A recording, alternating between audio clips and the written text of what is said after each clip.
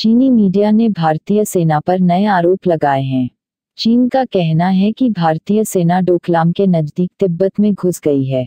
Global times ने लिखा है कि भारतीय सेना चीन अधिशासित क्षेत्र तिब्बत में घुस आई है। यदि भारत ने सेना पीछे नहीं हटेगी तो गंभीर परिणाम भुगतने पड़ेंगे। बता दें कि सिक्किम से सटे चीन की सीमा पर तनाव के बीच भारत ने डोकला इलाके में सैनिकों की तैनाती बढ़ाई है। 1962 के बाद पहली बार ऐसा हो रहा है जब किसी इलाके में भारत और चीन की सेनाओं के बीच इतने लंबे वक्त तक गतिरोध बना हुआ है। एक महीने से डोकाला में दोनों देशों के सैनिक आमने सामने हैं।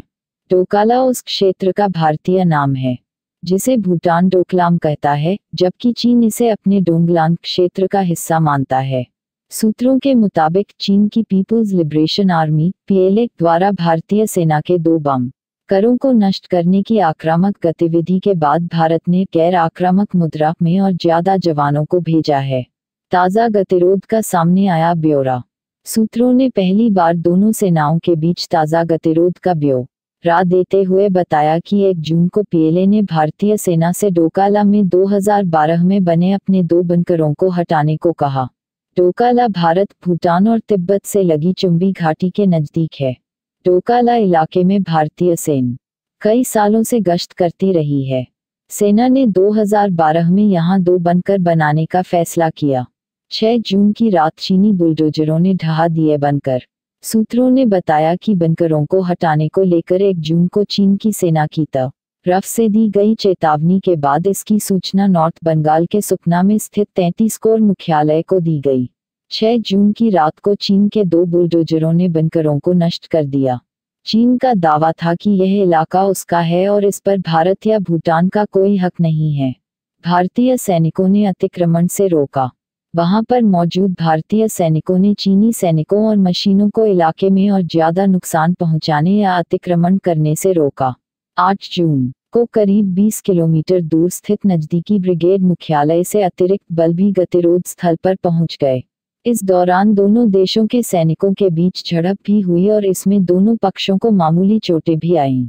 इलाके में स्थित पीएलए की 141 डिवीजन से और ज्यादा जवान मौके पर पहुंच गए, जिसके बाद भारतीय सेना ने भी अपनी स्थिति को मजबूत करने के लिए और ज्यादा जवानों को मौके पर बुलाया। 2013 में लद्दाख डिवीजन में 21 दिनों तक बना रहा गतिरोध। 1962 के भारत-चीन युद्ध के बाद पहली बार इस इलाके में भारत और चीन के सैनिकों के बीच इतने लंबे समय तक गतिरोध बना हुआ है। इससे पहले 2013 में जम्मू कश्मीर के लद्दाख डिवीजन स्थित दौलत बेगोल्डी में दोनों देशों की सेनाएं करीब 21 दिनों तक आमने सामने थी। उस समय चीन के सैनिक भारतीय सीमा में 30 किलोमीटर भीतर तक आ चुके थे। इलाके पर अपना दावा जताया था। हालांकि बाद में भारतीय सेना ने उन्हें वापस खदेड़ा। सिक्किम में निर्धारित है सीमा। मई 1976 को भारत का हिस्सा बना सिक्किम इकलौता ऐसा राज्य है जहां चीन के साथ सीमा निर्धारित है।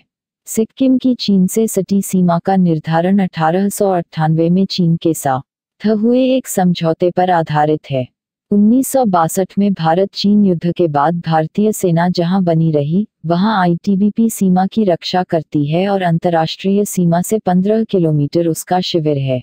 दोनों देश के सैनिकों के झड़प के बाद भारतीय सेना ने मेजर जनरल रैंक के एक अधिकारी को भेजा, जिसने चीन के साथ फ्लैग मीटिंग की मांग की, लेकिन चीन ने 2 बार भारत के इस आग्रह को ठुकरा दिया।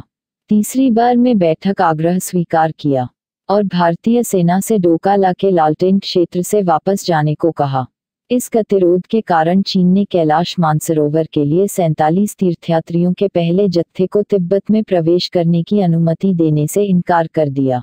सूत्रों के मुताबिक चीन ने भारत यह भी सूचित किया कि 50 यात्रियों के अन्य जत्थे का वीजा भी रद्द कर दिया गया है।